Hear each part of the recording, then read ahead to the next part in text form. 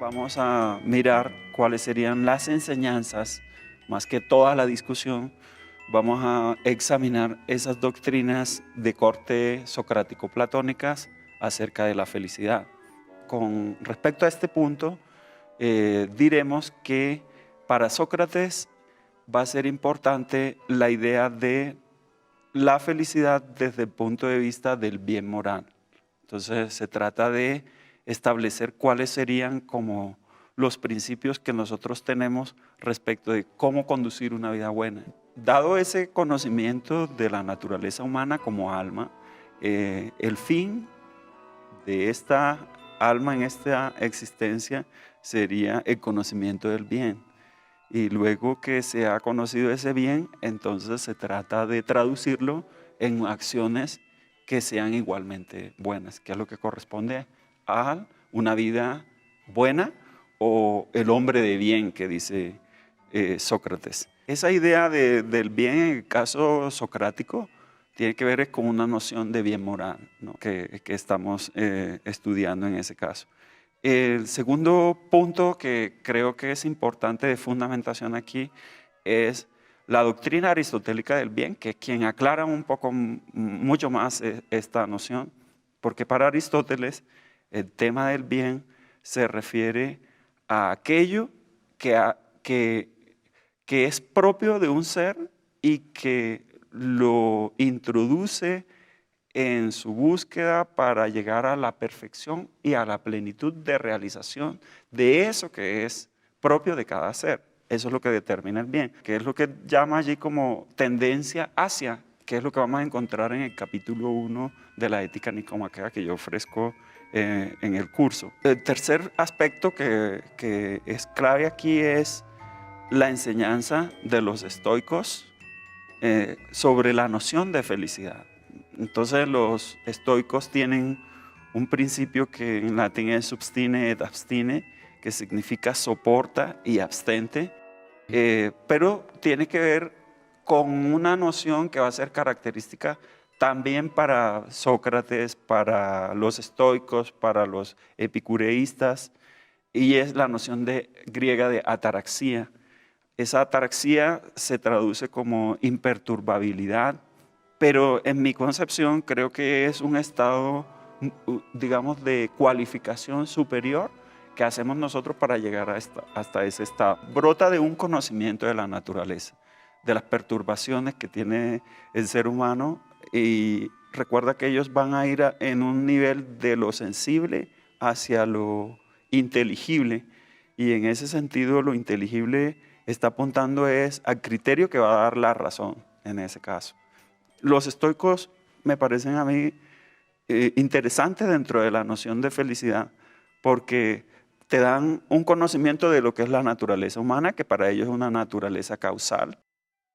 Todo está dentro de la proporción de las causas y efectos, diríamos así, y desde allí se desprende un concepto que va a ser clave para ellos, que es el concepto de fatalidad, que es ordenamiento de la realidad, al cual el ser humano cuando llega a esa captación se adecúa, lo vive y de esa forma no tiene ningún tipo de perturbación. Entonces pueden venirle las riquezas, pueden venirle los dolores, pueden venirle los avatares de la existencia, y el ser humano siempre va a mantener como esa fidelidad a sí mismo de acuerdo con ese conocimiento racional que tiene.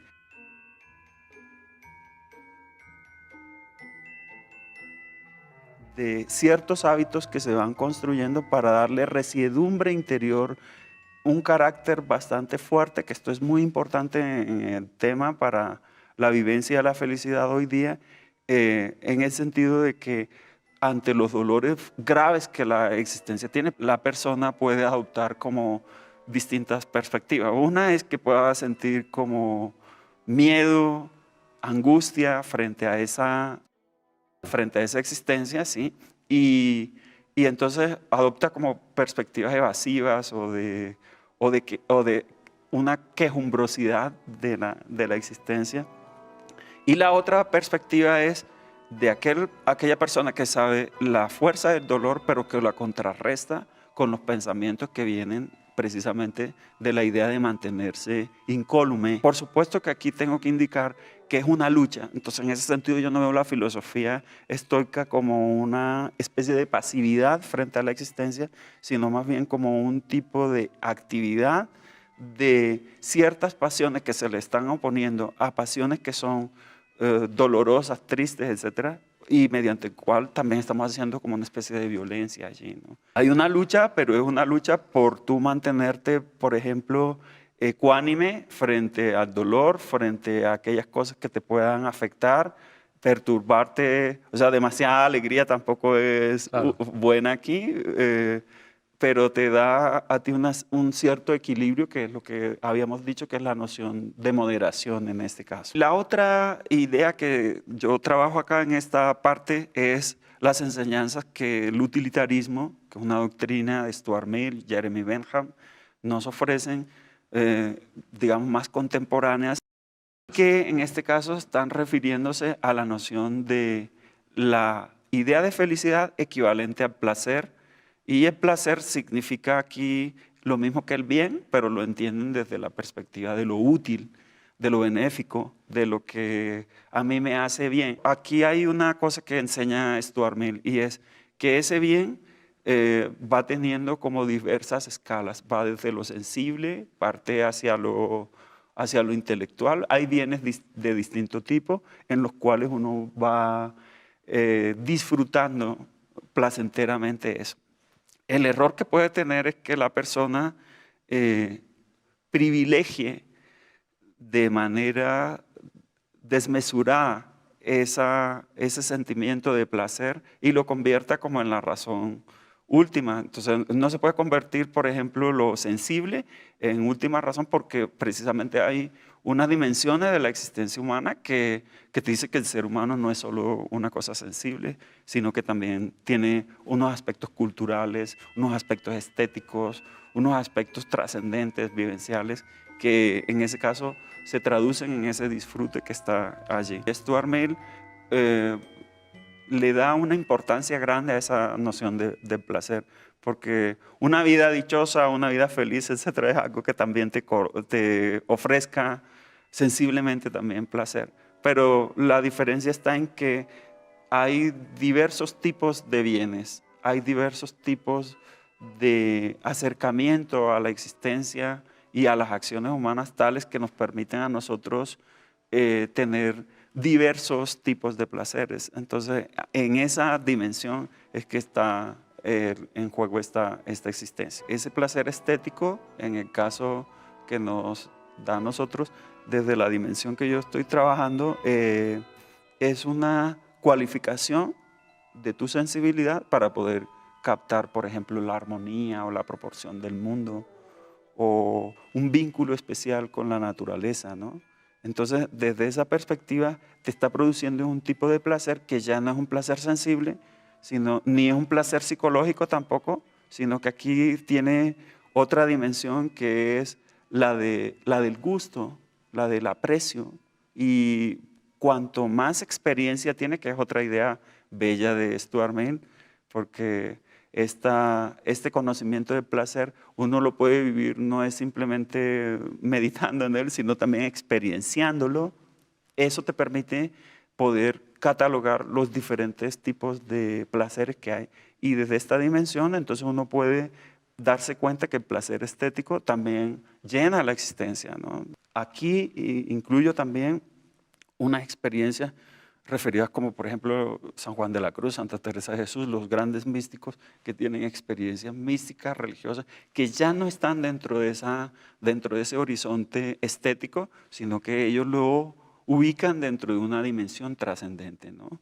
Y también creo que hay otro tipo de placer, que es el que tiene un matemático cuando soluciona un problema matemático, le da un placer intelectual. Esta noción de felicidad es bastante completa en ese sentido, porque no te deja de lado la vivencia humana, el pathos de la existencia, pero también te dice que tienes que tener allí, mi palabra ahí sería la moderación, para poder asimilar y disfrutar ese tipo de experiencias. Porque si las dejas dejas que la pasión se desboque allí, entonces puede producirte locura. Es primero una consideración de si el pensamiento, la manera como el pensamiento afecta las acciones. La pregunta viene debido a que si una persona estudia ética, normalmente pensaría uno que por el estudio ya puede ella realizar acciones éticas, que sería lo deseable. Y si estudiando el problema de la felicidad, la persona puede ser feliz inmediatamente.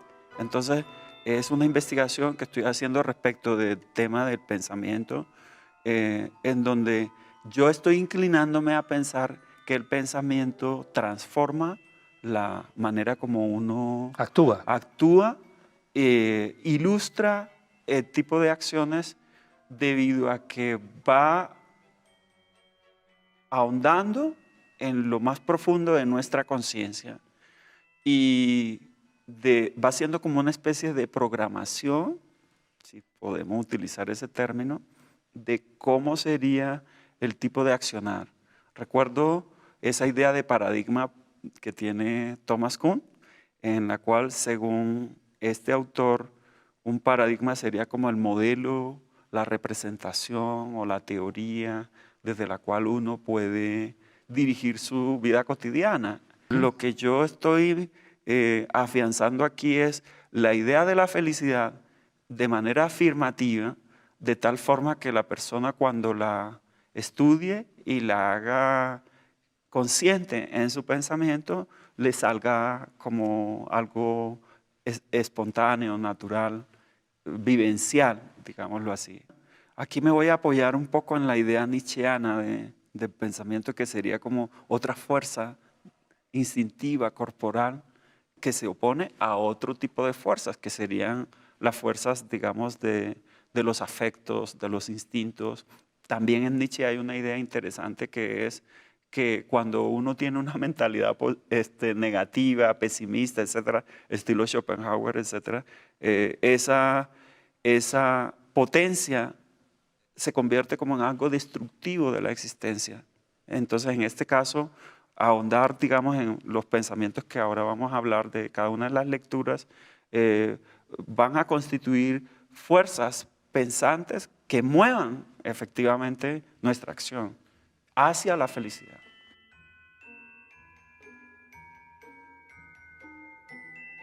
Aquí, ¿qué es lo que me interesa señalar?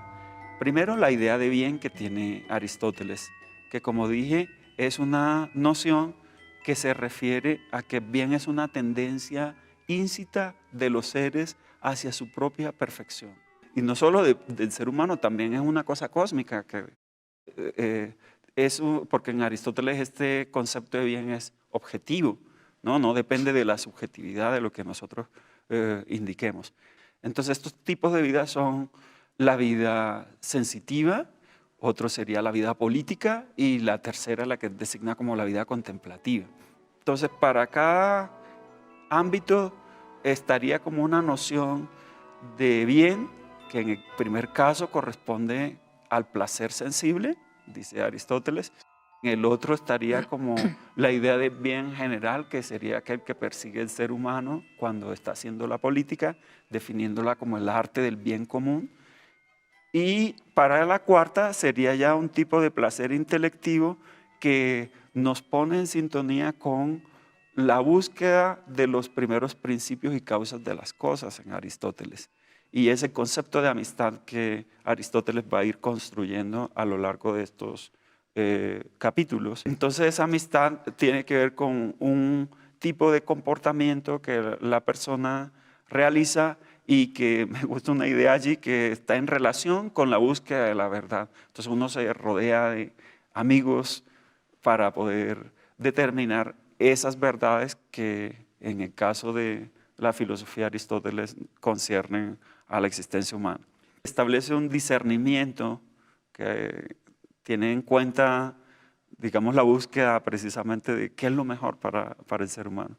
Entonces, eso mejor lo establece él en el principio de la recta razón, esta recta razón te va a decir qué es lo que vas a escoger, qué bienes vas a escoger dentro de la diversidad de bienes que hay, pero hay un criterio bonito allí y es que cuál es el mejor bien que yo escojo. Entonces, en este sentido, el mejor bien que va a concluir Aristóteles aquí es la felicidad, ¿no? La felicidad que el ser humano pueda encontrar. Este es un concepto que está apoyado específicamente en un filósofo que a mí me gusta mucho, de los pocos fragmentos que tenemos, que es Demócrito de Abdera. Ese Demócrito nos establece, digamos, cuál sería como el sentido de la vida. Entonces, el sentido de la vida sería una vida en la eutimia. Decía también que tiene que ver con un daimon, que es una entidad intermedia entre lo divino y lo terrenal y lo humano, pero que aquí va a establecer un sentido que hace referencia a que quien ha conocido cuál es lo verdadero de las cosas, en el caso de los razonamientos que nosotros tenemos, piensa Demócrito que el error, por ejemplo, para que uno no sea feliz, no lleve esa vida en el buen ánimo que él llama, es porque tiene creencias o tiene opiniones que son contrarias a la verdad de las cosas. No hay una cosa que no dependa del curso natural de la naturaleza. Entonces le llena al ser humano como de tranquilidad. Pero aquí quería señalar que hay también como un carácter especial, que es el carácter afable, alegre, frente a todo lo que el ser humano va viviendo. Entonces, la enseñanza aquí de la eutimia en Demócrito tiene una importancia especial porque es ese carácter que muchas veces hemos perdido, ¿no? Porque le damos pie a otro tipo de pasiones. Los griegos y la vida buena, un texto que permite hacer como una relación, digamos, actual de cuál sería como el sentido de esa vida que nosotros entendemos como buena. Y aquí el autor Robinson se va a encargar de mostrarnos en una especie de diálogo contemporáneo que él tiene, de qué manera podemos nosotros alcanzar esa felicidad. Epicuro tiene aquí la idea de que la filosofía sirve para construir discursos que nos hagan felices. Esa es la discursos, logos, que nos permitan a nosotros una existencia feliz. Entonces, en este caso, pues toma un poco la tradición de los atomistas para mostrar el sentido, digamos, de la naturaleza, también dentro de esa idea de ese conocimiento causal, de cuáles serían como los afectos necesarios e innecesarios de la existencia. Hay cosas que nosotros sencillamente nos estamos prodigando y creemos que ahí está nuestro placer, etc. Y Epicuro va poco a poco seccionando esas connotaciones sensoriales para ir elevando al ser humano hacia una dimensión racional que lo lleve a la ataraxia, que sería como disfrute.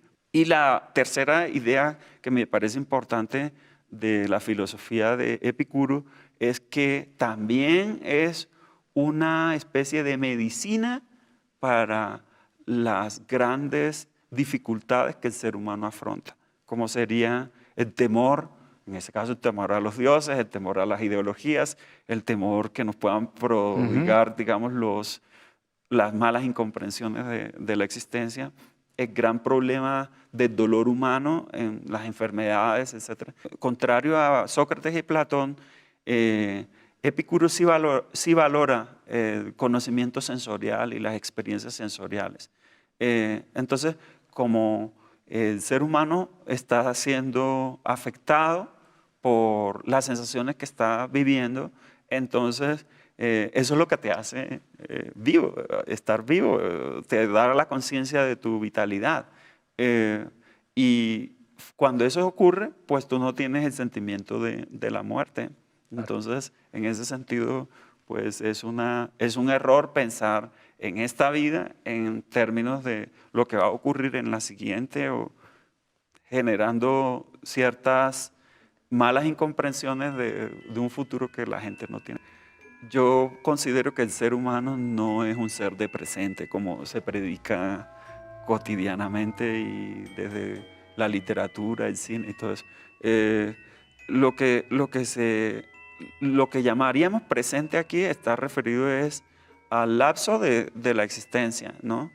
Pero no se trata de una inmediatez en la que la persona va gastando los ahoras respectivos, ¿m? Y no tiene en cuenta su proyección como ser de futuro. He seleccionado algunos fragmentos de Nietzsche. En este caso son unos 3 fragmentos que Sí, tenemos allí. Uno es tomado de Así habló Zaratustra, de las alegrías y las pasiones, el otro de los despreciadores del cuerpo y el tercero la ofrenda de la miel. Con esto lo que yo quiero señalar aquí es, digamos, el paso que hace Nietzsche de qué cosas serían agradables para nuestra existencia. Entonces, lo primero tiene que ver es que nosotros, dentro de esta visión, somos un conjunto de fuerzas, que eso es lo que constituye la corporalidad de nosotros. Entonces, en esa lucha de esas fuerzas, hay pasiones que también son fuerzas que se oponen, por ejemplo, a lo que él designa como una afirmación de la existencia. Decirle sí a la existencia frente a las calamidades, frente a las cosas en las que nos hayamos equivocado, etc.